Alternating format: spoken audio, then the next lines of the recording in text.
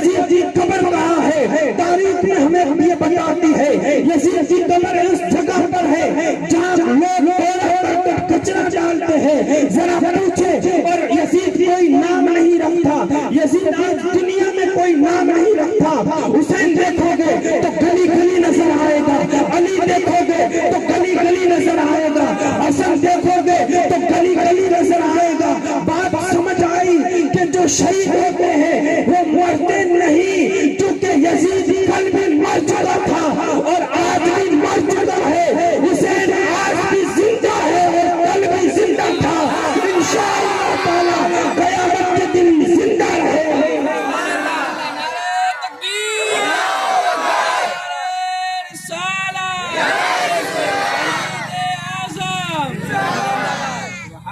सुभान अल्लाह, बहुत खूब। हुसैन जिंदा है हमारे दिलों में।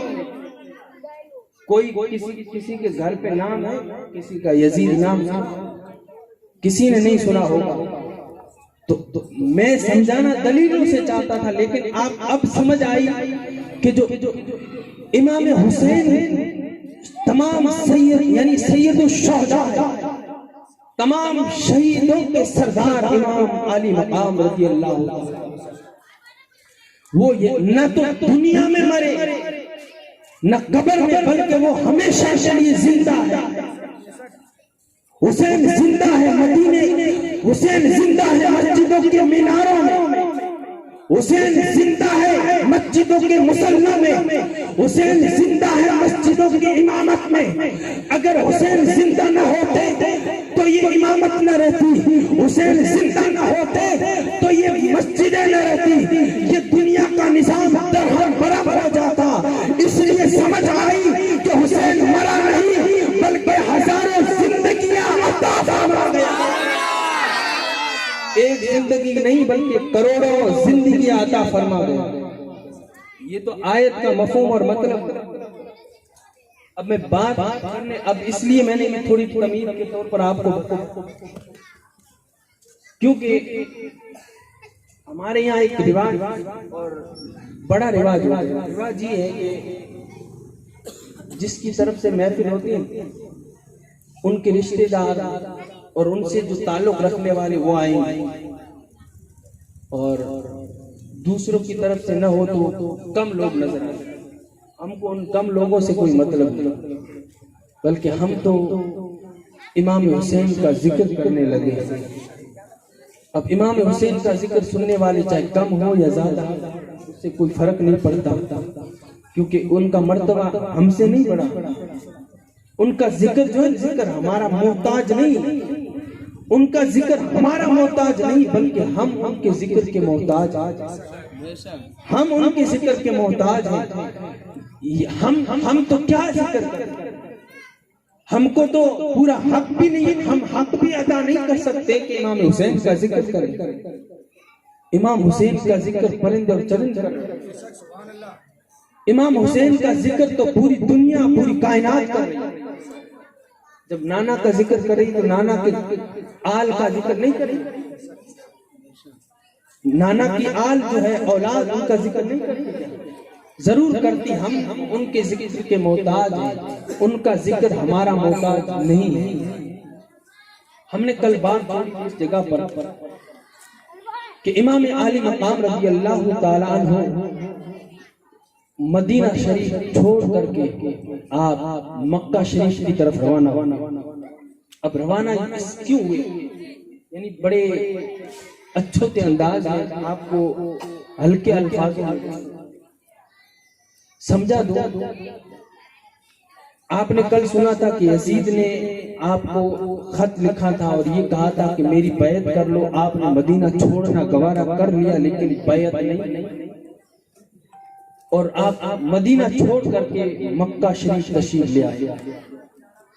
और शाबान का महीना था, आपने मक्का से हिजरत फरमा करके मदीना शरीफ से मक्का शरीफ तशरीफ ले आए। तकरीबन 3 महीने आप वहां रहे। और जब कूफियों को पता चला, कूफा एक शहर, अब आप हमेशा सुनते हैं कूफा एक शहर है, और उस कूफा में इमाम हुसैन के वालिद गिरामी हजरत अली रज़ी अल्लाह तआला अन्हु को शहीद किया, वो कूफा में। कूफियों ने खत लिखे, क्या खत लिखे? कूफियों ने ये खत लिखे, जरा तवज्जो रखें कि ऐ इमाम आली मकाम, यजीद तख्त पर बैठ गया और हम जानते हैं कि यजीद नालायक बदबख्त है और इस तख्त के लायक नहीं है, और इस तख्त के हकदार जो है, इस खिलाफत के हकदार ऐ इमाम हुसैन, ऐ नवासे रसूल, इमाम आली मकाम आप हैं। और आप इधर कूफा तशरीफ ले आए और हम आपके हाथ पर बैत करेंगे और हम आपका हुक्म मानेंगे। ये कूफियों ने खत लिखा। अब इमाम आली मकाम कूफा क्यों जा रहे हैं? यहाँ पे आप मक्का शरीफ से कूफा के लिए रवाना होना चाहते थे, इरादा रखते थे कि मैं कूफा जाऊं, और आप मक्का शरीफ में कयाम पजीर हुए। तो यहाँ भी एक बात बता दूं, लोगों ने जब सुना कि नवासे रसूल इमाम आली मकाम इमाम हुसैन रज़ी अल्लाह तआला अन्हु मदीना छोड़ के अपने खानदान के साथ मक्का शरीफ तशरीफ लाए, तो जो आशिक थे, दिलों में अहले बैत की जो मोहब्बत रखने वाले थे, उन्होंने सुना तो बड़े खुश होकर के मक्का शरीफ तशरीफ लाए और कहा कि हमारा हज छोटा नहीं होगा, बल्कि हज अकबर बड़ा हज होगा, क्योंकि हज के दिन और हज के दिन भी आ गए। उन्होंने दिल में खुशी भर करके आए कि हम किसी और के साथ नहीं हज करेंगे, बल्कि नवासे रसूल इमाम आली मकाम के साथ हज अदा फरमाएंगे। तो आपको रोकने की कोशिश की जा रही है, ताकि कूफी बड़े बेवफा, कूफी लायूफी, कूफी बड़े बेवफा है, हम जानते हैं आप न जाएं और आपके हाथ पर वो बैत कभी हरगिज नहीं करेंगे। लेकिन एक बड़ा मसला आपके सामने दरपेश है। वो मसला ये था कि अगर इमाम आली मकाम मक्का छोड़ के कूफा में न जाते तो कल कयामत के दिन अपने नाना जान को जवाब क्या दूंगा?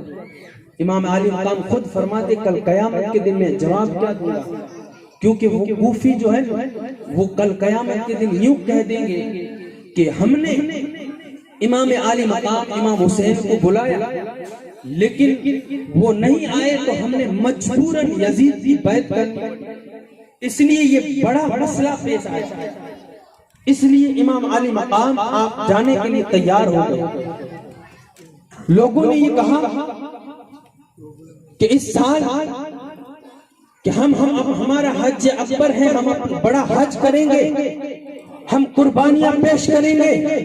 जब लोगों ने ये कहा कि हम कुर्बानियां पेश करेंगे, तो इमाम आली मकाम ने जवाब दिया होगा, ऐ मेरे मुझसे मोहब्बत करने वालों, हज अदा फरमा करके तुम कुर्बानी दोगे। किसकी कुर्बानी दोगे? तुम बकरों की कुर्बानी दोगे या मेंढों की कुर्बानी दोगे?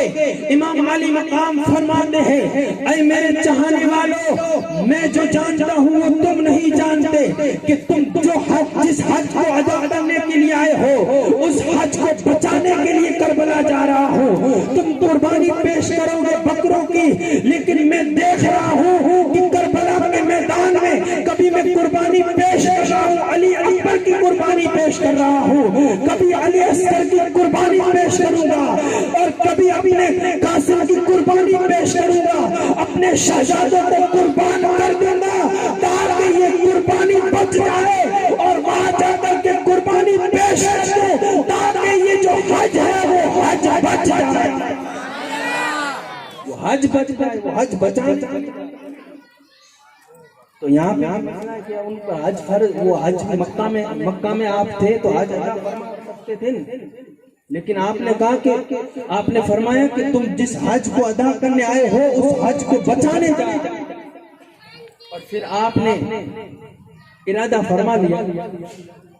तो बड़े लोग दानिश्वर लोग थे, उन्होंने कहा इमाम आली मकाम आप अगर जाना ही चाहते तो आप सबसे पहले अपना नाइब अब नायब में आप न समझो कि यानी अपनी जगह पर पे किसी दूसरे को भेज करके कूफे के जो हालात हैं वो बता दे कि कूफा वाले सच बोल रहे हैं, झूठ बोल रहे हैं, कि आपको बुला रहे हैं, आपको खलीफा मानेंगे। तो ये मशवरा काम इमाम आली मकाम इमाम हुसैन रज़ी अल्लाह ताला अन्हु ने अपने चचाजाद भाई हज़रत इमाम मुस्लिम बिन अकील बिन अबी तालिब रज़ी अल्लाह ताला यानी इमाम मुस्लिम रज़ी अल्लाह ताला को अपना नायब बना करके कूफा भेजा।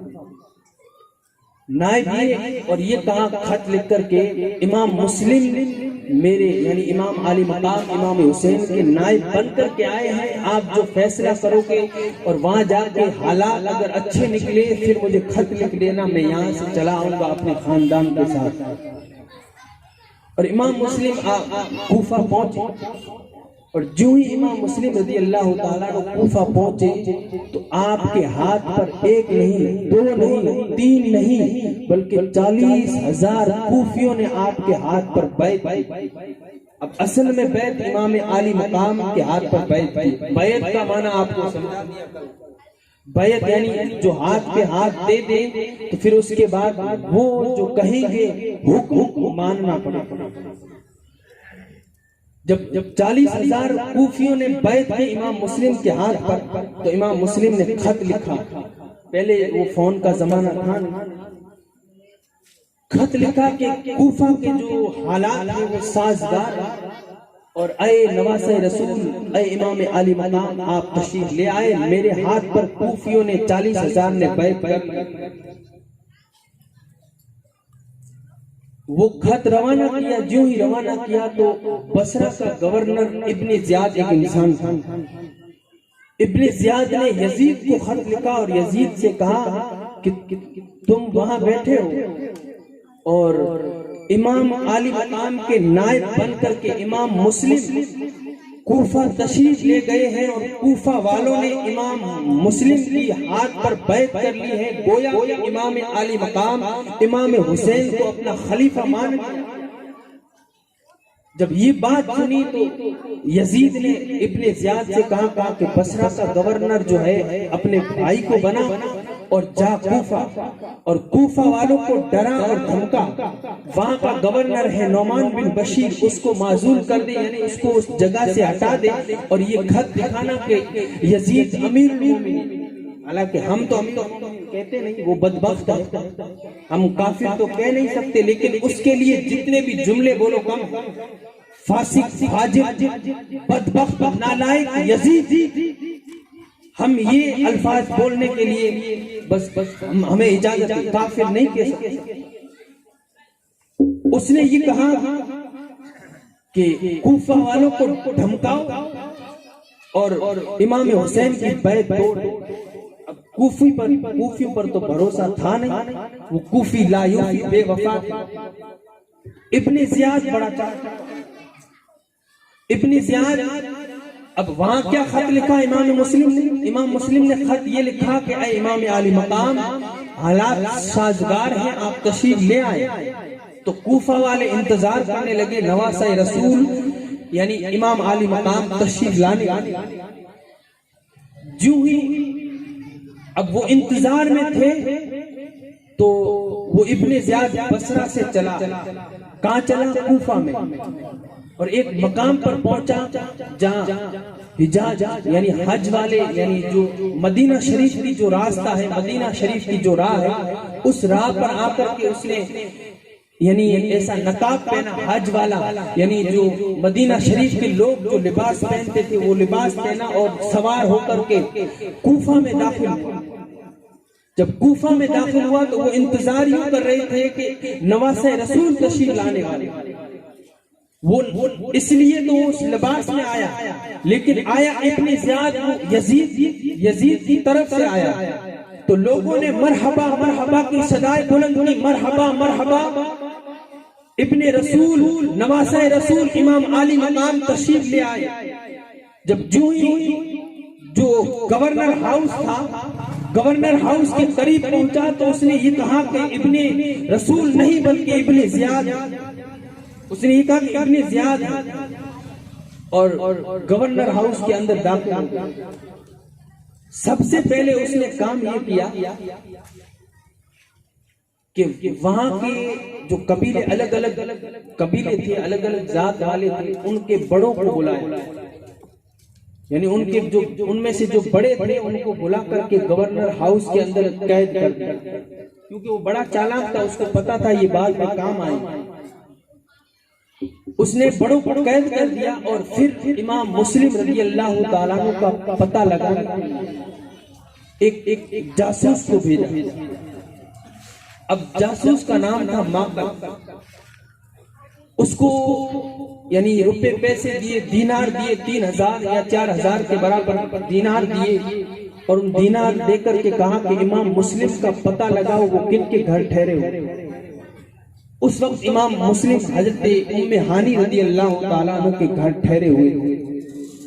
अब वो गुलाम माकल आया कहीं दूसरी जगह नहीं गया, बल्कि वो मस्जिद में आया, और जो ही मस्जिद के अंदर दाखिल हुआ तो एक कोने पे एक इंसान बैठा हुआ था, जिनके चेहरे से लग रहा था कि वो अहले बैत से मोहब्बत करने वाला। कह दो सुभान अल्लाह। जो आशिक रसूल होते हैं, जो मुहिब अहले बैत से मोहब्बत रखने वाले होते हैं, उनके चेहरे बताते हैं कि ये अहले बैत से मोहब्बत करने वाले। कहा कि उस माकल वो जासूस ने कहा, जिनका नाम था, वो जो आशिक बैठे हुए थे मुहिब अहले बैत, उनका नाम था मुस्लिम बिन औस। उससे कहने लगा कि मुझे इमाम मुस्लिम को से मुलाकात करनी है।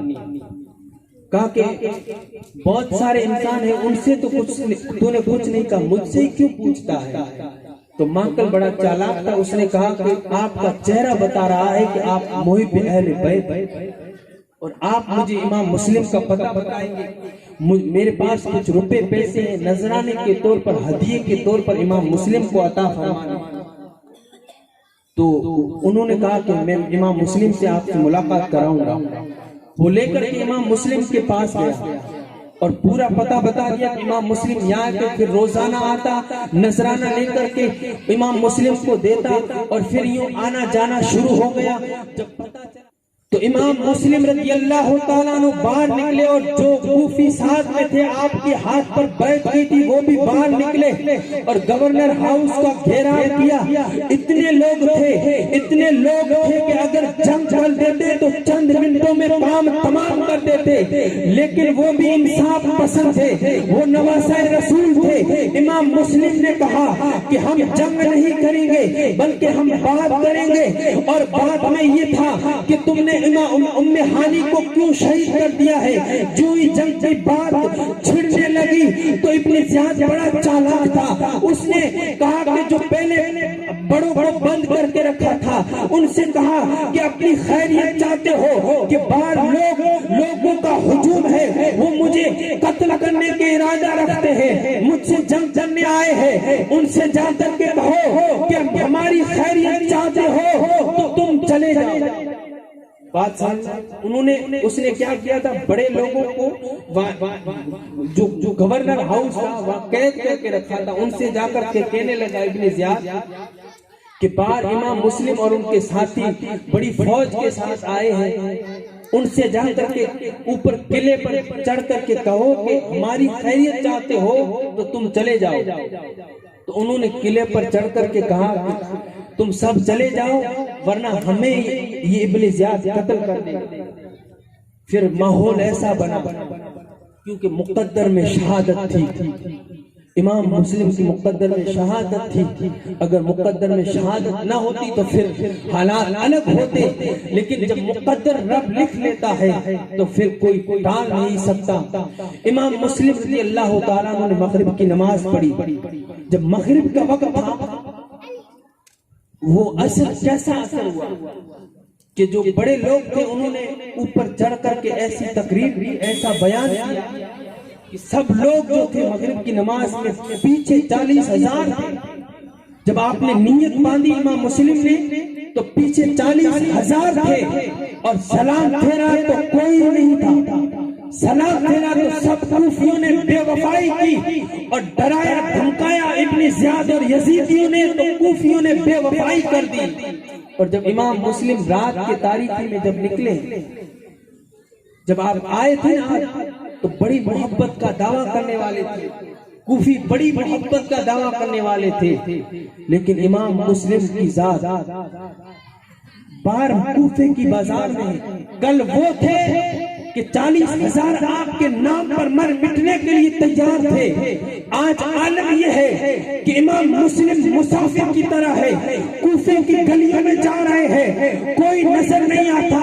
आपको कोई फिक्र न थी कि मुझे शहीद कर दिया जाएगा, इस बात की फिक्र नहीं थी, बल्कि आपको फिक्र जो सता रही थी किसी और की नहीं, बल्कि फिक्र ये थी कि मैंने खत लिख दिया है इमाम आली मकाम को, इमाम आली मकाम और साथ में शहजादिया है, वो नूर की पैकर है, वो नूर की सितारे है, साथ में शहजादे भी है, बूढ़े भी है, बच्चे भी है, नबी के खानदान वाले भी है। कूफियों ने बेवफाई कर दी है, इमाम आली मकाम या तशरीफ लाएंगे तो मुझे मेरी फिक्र नहीं, बल्कि इमाम आली मकाम के साथ वो कूफी क्या करेंगे उनको ये फिक्र लाएगा।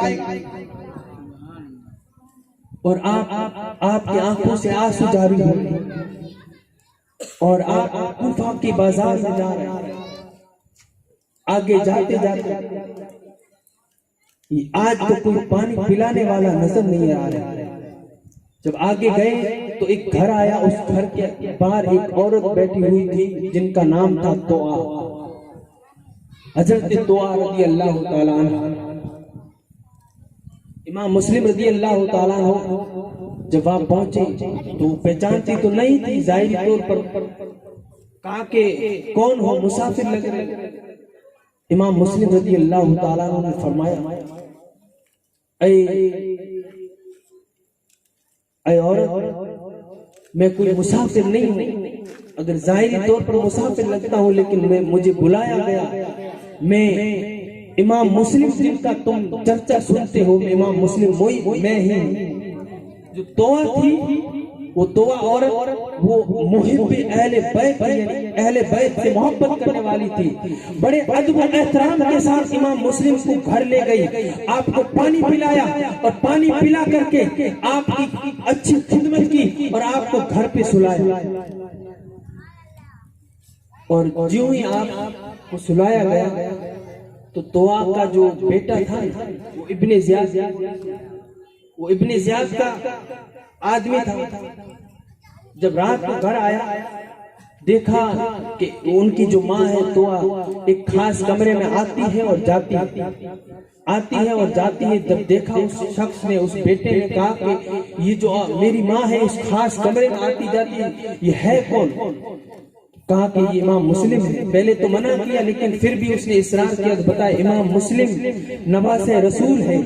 कूफियों ने इनके हाथ पर बैत की थी और आज बेवफाई कर बैठे हैं। हमारा किस्मत चमक उठा के हमारे घर में एक खानदान नबूवत का चिराग रोशन हो गया। हम अपनी किस्मत पे कुर्बान जाए उतना ही कम है। जिनके दिलों में इश्क मुस्तफा हो और इश्क खानदान नबूवत हो, इश्क अहले बैत हो, वही समझ सकता है। उस बेटे के दिल में तो इश्क तो था नहीं। रात जू गुजारी और दिन को जाकर के इब्ने ज़ियाद को बता दिया, कहा कि जो इमाम मुस्लिम को तुम ढूंढ रहे हो, इमाम मुस्लिम मेरे घर है। और इब्ने ज़ियाद ने एक दस्ते के साथ, यानी एक रिवायत में है कि 40 इंसानों के साथ उस तोआ औरत के घर पे भेजा, तलवारें निकाल करके जंग करने के लिए इमाम मुस्लिम को पकड़ो। इमाम मुस्लिम ने जब ये आवाज सुनी तो आप समझ गए हाशमी खानदान, नबी के खानदान का ये चश्मे चिराग वो कोई और नहीं था, बल्कि वो भी नबी के खानदान में से था। जब समझ गए कि कूफियों ने बेवफाई की है और इब्ने ज़ियाद मुझे पकड़ने के लिए आया है, आपने मियान से तलवार बाहर निकाली है और आप बाहर निकले हैं मुकाबला करने के लिए। सामने कोई एक इंसान नहीं है, कोई दो इंसान नहीं है, कोई तीन इंसान नहीं है जिनका मुकाबला कर सके। सके, बल्कि एक रिवायत में आता है कि 40 इंसान थे, बड़े बहादुर इंसान, इमाम मुस्लिम को पकड़ने के लिए आए हैं। जब निकला है नबी का शहजादा, तलवारों को लहराते हुए निकला है। तारीख हमें ये बताती है कि इमाम मुस्लिम ने ऐसी चढ़ कर के वार किया, ऐसी चढ़ कर के हमला किया, जो सामने जो थे वो मजबूर और आजिज आ गए। आप मुकाबला करते रहे, मुकाबला करते रहे, लेकिन जो 40 इंसान साथ में थे वो आए और आकर के यूं कहने लगे, ऐ इमाम मुस्लिम, हम आपको अमान देते हैं। अमान में न समझे, जो अरब वाले थे, अरब वाले सामने किसी को यूं कह देते, कैसा भी दुश्मन होता, कहा कि हम आपको अमान देते हैं, हम आपका कुछ नहीं करेंगे। जो ही अमान का लफ्ज आपने सुना तो आपने तलवार इमाम मुस्लिम ने म्यान के अंदर डाल दी। और क्योंकि कैसा भी दुश्मन हो, जब अमान मांग ली है तो फिर अमान। रिवायतों में हमने पढ़ा कि अगर उन्होंने अमान न मांगी होती तो जितना भी आता, जितने भी आते, उनकी रगों में किसी और का खून नहीं था बल्कि नबी का खून था। वो किस तरह मुकाबला कर सकते हैं? अरे जिनके चचा अली शेर खुदा रज़ी अल्लाह तआला अन्हु का ये आलम है कि उनको रूहानी ताकत इतनी थी कि जब वक्त आया कि अली शेर खुदा खैबर फतह करने के लिए जब आप पहुंचे हैं, अली शेर खुदा के हाथ से जब ढाल टूट जाती है, जो तलवार का वार रोकने के लिए ढाल आती है, वो जब ढाल टूट जाती है तो अली ने अपने हाथ से वो खैबर का जो गेट था, खैबर का जो कवाड़ था, उसको ढाल बना दिया था। और एक रिवायत में यूं आता है कि अली के रंगों में इतनी ताकत थी कि वो जो गेट था, जो कवाड़ था, उस कवाड़ को अली ने जब जमीन पर रखा तो 100 इंसानों ने उठाना चाहा, वो उठा न सके। वो अली नबी का शहजादा, वो नबी के खानदान, नबी के भाई, जिनके रगों में नबी का खून था, जिनके रगों में वो ताकत थी, वो अकेला उठा करके ढाल बना सकते हैं। तो कोई और नहीं थे, इमाम मुस्लिम जो थे वो अली के भाई थे। उनकी ताकत में, उनकी रगों में उनकी इतनी ताकत थी कि वो हजारों का मुकाबला करना जानते थे।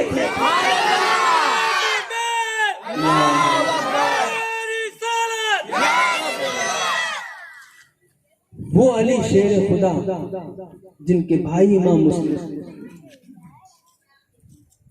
जिनके भतीजे हजरत अली इब्ने अबी तालिब और हजरत मुस्लिम जो थे अकील रज़ी अल्लाह तआला अन्हु के थे, और अकील इब्ने अबी तालिब, यानी वही खानदान। इतनी ताकत, जाहिरी ताकत, वो तो इम्तिहान और परीक्षा न होती, इम्तिहान और अगर परीक्षा न होती तो इमाम अली मकाम रज़ी अल्लाह तआला अन्हु के मुकाबले में जो जितने भी आए थे वो सब वहीं ढेर हो जाते। क्योंकि अब मुझे वो पीछे की बात याद, वो या बयान नहीं करना, लेकिन खानदान नबूवत है। हजरत इमाम मुस्लिम रज़ी अल्लाह तआला अन्हु को जब अमान दी तो आपने तलवार म्यान में डाली और आप चले। एक बदबख्त ने आपकी तलवार खींच ली गई, आपकी तलवार आपके हाथ से छीन और आपको गवर्नर हाउस में ले जाया।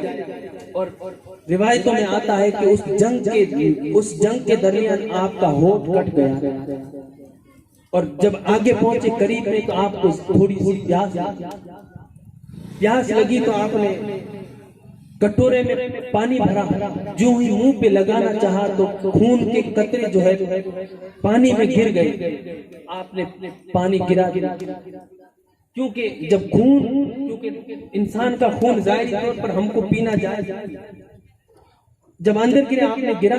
दूसरी बार पीना चाहा तो खून के कतरे प्याले में गिर गए, आपने गिरा। तीसरी बार पीना चाहा तो खून के कतरे पानी में गिर गए, आपने गिरा दिए। आपने तीसरी बार उस प्याले से पानी को जमीन पर गिराया और कहा कि मुझे लगता है कि दुनिया का पानी मेरे मुकद्दर में नहीं, मैं थोड़ी ही देर में अपने नाना जान के हाथ से आबे कौसर पीऊंगा। दुनिया वालों, दुनिया का पानी तुम्हें मुबारक हो, मुझे तो आबे कौसर पीना है, नबी के हाथों से आबे कौसर पीना। अल्लाह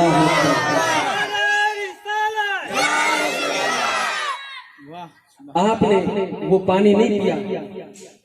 और आगे अब मुख्तसर ये कि इमाम मुस्लिम को बेदर्दी के साथ उन जालिमों ने, उन कूफियों ने, उन बेवफाओं ने आपको शहीद कर दिया गया। इन्ना लिल्लाहि व इन्ना इलैहि राजिऊन। अब इमाम मुस्लिम रज़ी अल्लाह ताला के दो शहजादे थे, हजरत मोहम्मद रज़ी अल्लाह ताला अन्हु और हजरत इब्राहिम रज़ी अल्लाह ताला। वो दो शहजादे हजरत इमाम मुस्लिम के साथ आए। जब इमाम मुस्लिम गवर्नर हाउस का मुकाबला घेराव करने के लिए आए तो आपने उन दो शहजादों को एक मुहिब अहले बैत, यानी अहले बैत से मोहब्बत करने वाले एक शख्स हजरत काजी शुरह रज़ी अल्लाह ताला उनके घर छोड़ा। बस ये थोड़ी बात करके अपनी तकरीर पूरी करता हूँ, तवज्जो रखें। काजी शुरह रज़ी अल्लाह ताला की घर उन दो शहजादों को छोड़ दिया।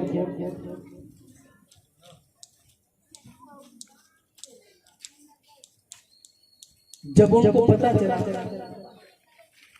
इब्ने ज़ियाद को पता चला कि इमाम मुस्लिम रज़ी अल्लाह ताला के साथ वो शहजादे आए, उनका पता कराने के लिए इब्ने ज़ियाद ने लोगों को इनाम सुनाया, कहा कि जो इमाम मुस्लिम के दो शहजादों को, दो बेटों को ला करके मुझे दे दे, मैं उनको इनाम दूंगा, मैं उनको इनाम दूंगा। तो काजी शुरह जो था, काजी शुरह वो बड़े मुहिब अहले बैत, अहले बैत से मोहब्बत करने वाले थे। उन्होंने अपने बेटे असद से कहा, उनके बेटे का नाम था असद, असद से कहा कि बाबुल अराकी एक दरवाजे का, एक रास्ते का नाम है बाबुल अराकी। कहा कि बाबुल अराकी जो है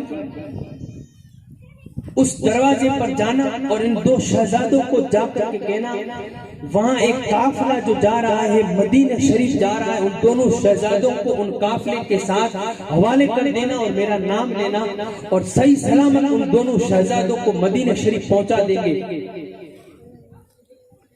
असद उन दोनों बच्चों को, दो शहजादों को लेकर के पहुंचा है बाबुल अराकी। और जब वहां देखा तो धूल उड़ रही थी, गिर्द उड़ रही थी, और ऐसा महसूस हो रहा था कि यहाँ से कोई काफिला निकला, यहाँ से कोई काफिला निकला। और कहा कि ये गिर्द उड़ रही है। दोनों शहजादों से कहा, शहजादों थोड़ी ही दूर गया होगा, थोड़ा ही दूर गया होगा, तुम जाकर के उनसे मिल लेना। यानी काफिला ज्यादा दूर नहीं गया होगा, थोड़ा ही दूर गया होगा, उनसे जाकर के मिल लेना।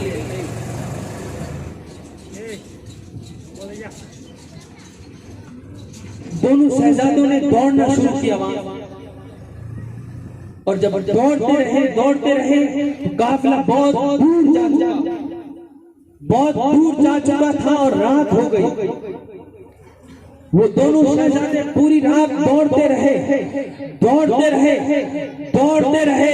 जरा तवज्जो रखें मेरे भाइयों और बहनों, अजीजों, माँ हो, वो दोनों शहजादे हैं। हमारा बच्चा अगर रात को किसी थोड़ी जगह पर कहीं चला जाए तो बड़ा डर महसूस होता है। वो कूफा के बाजार है, वो बड़े जंगल भी है, वहाँ कांटेदार दरख्त भी है, वहाँ पथरीली जमीन भी है, दोनों फूल जैसी नन्ही सी पत्तियां है, दोनों शहजादे हैं। ना कोई जाहिरी तौर पर उनका वो बेसरो सामा है, ना उनके पास खाने की चीज है, ना पीने की चीज है। दौड़ रहे हैं, रात का अंधेरा है, अगर पत्ता भी हिल जाए तो बच्चे डरने लगे। लेकिन कुर्बान जाऊं उन दो शहजादों पर कि उन्होंने अपने नाना के दीन को बचाने के लिए कैसे कैसी कुर्बानियां पेश की है। जरा थोड़ा संभल करके आपसे सवाल करूं, वो दोनों शहजादे क्यों वो दौड़े क्यों? जरा सवाल तुमसे भी करें कि वो दोनों शहजादे क्यों दौड़ रहे? वो सिर्फ हमारे लिए दौड़ रहे, वो सिर्फ इसलिए दौड़ के इस्लाम जो है हम तक पहुंच जाए और मिटे नहीं, आखिरी सांस तक वो दौड़ रहेंगे। जब वक्त आया तो अपनी जान दे देंगे, लेकिन इस्लाम को मिटने नहीं। वो दौड़ते रहे। लेकिन जब दिन हुआ, सूरज निकला, तो वही कूफा का बाजार है, वही कूफा की गली है। यानी इतने दौड़े फिर भी मुकद्दर में क्या, मुकद्दर में, किस्मत में अगर लिख दिया जाए, क्या बोलते हैं, शहादत किस्मत में। और इब्ने ज़ियाद ने जिन लोगों को भेजा था वो इनाम के लालच, वो दुनिया के इनाम के लालच में उन्होंने क्या किया, उन दोनों शहजादों को पकड़ लिया और पकड़ करके इब्ने ज़ियाद के पास ले गए। और इब्ने ज़ियाद ने उनको जेल में बंद कर, दो शहजादों को जेल में बंद कर। और जेल का जो दारोगा था, जेलर था, उसका नाम था मशकूर। और मशकूर जो था वो भी मोहिब अहले बैत, यानी जहां जहां मिले जो सब अहले बैत थे, यानी हुजूर के घर वालों से मोहब्बत करने वाले, लेकिन मुकद्दर में शहादत। उस मशकूर नामी ने कहा कि मेरी जान, एक जान तो जा सकती है, लेकिन इन दोनों शहजादों को इनके हवाले नहीं कर। उस मशकूर ने अपनी अंगूठी दी उन दोनों शहजादों को और कहा कि कादिसिया के एक शहर है, वहां मेरा भाई रहता है। और अंगूठी इसलिए दी कि निशानी के तौर पर तुमको अगर न पहचाने तो कहना कि मशकूर ने, जेलर ने हमको छोड़ा है, और वहां जाओगे तो आप मेरे भाई के पास जाओगे तो आपको मेरा भाई जो है आपको मदीना शरीफ सही सलामत पहुंचा देगा। और उनको दोनों को जेल से रिहा कर दिया। रात की तारीकी में उन दोनों शहजादों को छोड़ दिया। जब छोड़ दिया तो दोनों शहजादों ने फिर चलना शुरू किया। रात भर दौड़ते रहे, लेकिन जब सुबह नमूदार हुई तो वही कूफा की गलियां है और वही कूफा का बाजार है। जब देखा एक दरख्त था, जब दरख्त का खोखला नजर आया, उस खोखले में वो दोनों शहजादे, नन्ही सी तस्वीरें वहां जाकर के बैठ जाती है। और पास में एक तालाब था, वहां यानी लोग पानी भरने के लिए आया करते थे। जब दोनों शहजादे छुप करके बैठ गए तो थोड़ी देर के बाद देखा कि एक औरत आई, एक लौंडी आई, एक गुलाम आई, नौकरानी। उसने जब देखा कि जो खोखले दरख्त के अंदर जो बैठे रहे उनके चेहरे बता रहे कि ये किसी सच्चे की औलाद, किसी झूठे की औलाद नहीं बल्कि सच्चे की औलाद। उनकी पेशानी पर जो शुआ और जो नूर निकल रहा था वो पानी में चमक रहा था। पहचान गए कि किसी झूठे की औलाद नहीं, तो पूछने लगी कौन हो।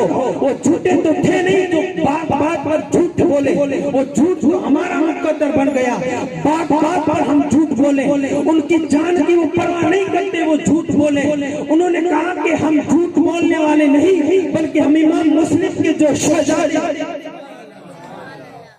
और कहा कि घबराओ नहीं, मैं एक मुहिब अहले बैत की नौकरानी। अब यहाँ पे भी जो मिली, उनकी जो औरत यानी उनकी जो मालिका थी वो भी अहले बैत से, नबी के घर वालों से मोहब्बत करने वाली। अब पीछे क्या हुआ, जरा इश्क हो तो ऐसा, इश्क हो मचल जाओ मेरे यारों। मशकूर जो था जेलर, जब इब्ने ज़ियाद को पता चला कि उस मशकूर ने उन दो शहजादों को छोड़ दिया, उस मशकूर को बुलाया। इब्ने ज़ियाद ने कहा कि तुझे तेरी परवाह नहीं थी कि मैं तुझे कत्ल कर दूंगा और तूने उन दोनों शहजादों को छोड़ दिया। तो उस मशकूर का जवाब सुने। उस मशकूर ने कहा कि अल्लाह ताला ने मुझे एक जान दी है, एक जान। अगर करोड़ों में जान हो तो मैं शहजादाए नबी पर और नवासाए रसूल पर कुर्बान कर दूंगा। मुझे गम नहीं, चाहे तू मुझे कत्ल कर दे, ये तो एक जान है। हजारों जानें भी हो तो नबी के नवासे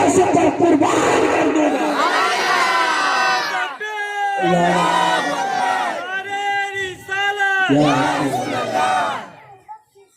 अब वो औरत जो थी, उस औरत ने उन दोनों शहजादों को लिया और लेकर के वो अपने घर चली गई और कहा, अपनी मालिका से कहा कि दोनों शहजादे इमाम मुस्लिम के, कूफियों ने इन्हें बुलाया और बेवफाई की है, इनके वालिद गिरामी को शहीद कर दिया गया और इनकी जान के पीछे पड़े। तो बड़ी यानी खुश हुई, कहा कि आप दोनों शहजादों को लेकर के आई। बड़े अदब और एहतराम के साथ उनको खाना खिलाया, पानी पिलाया, बड़ी खिदमत गुजारी की और रात को सुला दिया उन दोनों शहजादों। अब वो घर भी कैसा घर था, एक ही घर में एक नबी के खानदान से मोहब्बत करने वाली और उसका जो शौहर था वो नबी के नवासों से दुश्मनी रखने वाला। उसका नाम था हारिस। वो पूरे दिन घूमता रहा। वो क्यों घूमता रहा? वो इसलिए घूमता रहा कि इब्ने ज़ियाद ने कहा था कि जो इमाम मुस्लिम के दोनों शहजादों को लाएगा उसको बड़े इनाम के साथ इकराम से नवाजा जाएगा। उसने पूरा दिन थक हार करके शहजादों को ढूंढता रहा, न मिले तो घर आकर के थक हार के बैठा और कहा कि उसकी औरत ने कहा कि कहा कि इब्ने ज़ियाद ने दोनों शहजादों को पकड़ने के लिए बड़ा इनाम रखा है और मैं जो है उनको ढूंढ ढूंढ के थक गया लेकिन नहीं मिले। तो उस औरत ने दोनों शहजादों को सुला दिया। हजरत मोहम्मद और हजरत इब्राहिम जब दोनों शहजादे सो जाते तो ख्वाब देखते, ख्वाब देखते तो ख्वाब में क्या देखते? बड़े ने भी ख्वाब देखा और छोटे भाई ने भी ख्वाब देखा और ख्वाब में ये था कि हुजूर सल्लल्लाहु ताला अलैहि वसल्लम अपने नाना जान को देखा। हुजूर अलैहिस्सलाम जन्नत की सैर फरमा रहे हैं और उनके वालिद गिरामी इमाम मुस्लिम भी है और हजरत अली भी है और उन्होंने ख्वाब में ये देखा कि हुजूर अलैहिस्सलाम फरमा रहे हैं, ऐ इमाम मुस्लिम आप अकेले आ गए और दोनों शहजादों को दुश्मनों के नरगे में छोड़ आए। तो इमाम मुस्लिम अर्ज करते हैं, या रसूल अल्लाह वो अकेले नहीं, थोड़ी ही देर में आने वाले। जब ये बात सुनी तो दोनों जाग गए और जाग गए तो दोनों ने ख्वाब बयान किया। कहा कि मैंने ये ख्वाब देखा कि हमने अपने अब्बा हुजूर को देखा और अब्बा हुजूर और नाना जान को देखा जन्नत की सैर फरमा रही है और ये फरमाया कि ऐ इमाम मुस्लिम आप तो आ गए और आपने दोनों शहजादों को अकेले दुश्मनों के नरगे में छोड़ आए। मैंने भी ये ख्वाब देखा। जब ये ख्वाब देखा तो दोनों रोने लगे और सीने से सीना मिला करके जब रोने लगे तो रोने की आवाज जो है बाहर निकली, बाहर आवाज पहुंची तो वो बदबख्त हारिस जो था वो सोया हुआ था, वो उठ गया, अपनी बीवी से कहने लगा क्या बीवी बता जरा आवाज कहाँ से आ रही है। वो बीवी कहने लगी वो मोहिब अहले बैत थी, वो नबी के घर वालों से बड़ा मोहब्बत और प्यार करने वाली थी। कहने लगी पड़ोस से आवाज आ रही होगी, लेकिन हारिस न माना, वो नादान न माना। उसने चिराग जलाया, चिराग जला करके जब घर में देखा तो वो दोनों शहजादे अंधेरों में उनके चेहरों से नूर टपक रहा था। पहचान गया, कहा कि वो झूठे तो थे नहीं, कहा कि इमाम मुस्लिम के दो शहजादे। और उसने नादान बदबख्त ने उन दोनों शहजादों को पीटना शुरू किया और कहा कि मैं पूरा दिन थक हार गया तुमको ढूंढने में और तुम आप जो हो कि हमारे घर में छुपे बैठे। उसने पीटना शुरू किया। वो औरत उसके बीच में आई, उस औरत को भी मारना पीटना शुरू किया, लहूलुहान कर दिया और दोनों शहजादों को लेकर के नहर फुरात के करीब पहुंचा। वहां पहुंच करके उसने कत्ल और शहीद करने का इरादा किया। जब शहीद करने का इरादा किया तो बड़े भाई ने कहा अगर तू कत्ल करना ही चाहता है तो जरा रहम कर, पहले मुझे कत्ल कर दे। मैं इस छोटे भाई का बड़ा भाई हूँ, मुझे गवारा नहीं, मैं अपने भाई को कत्ल करते हुए देखना नहीं चाहता।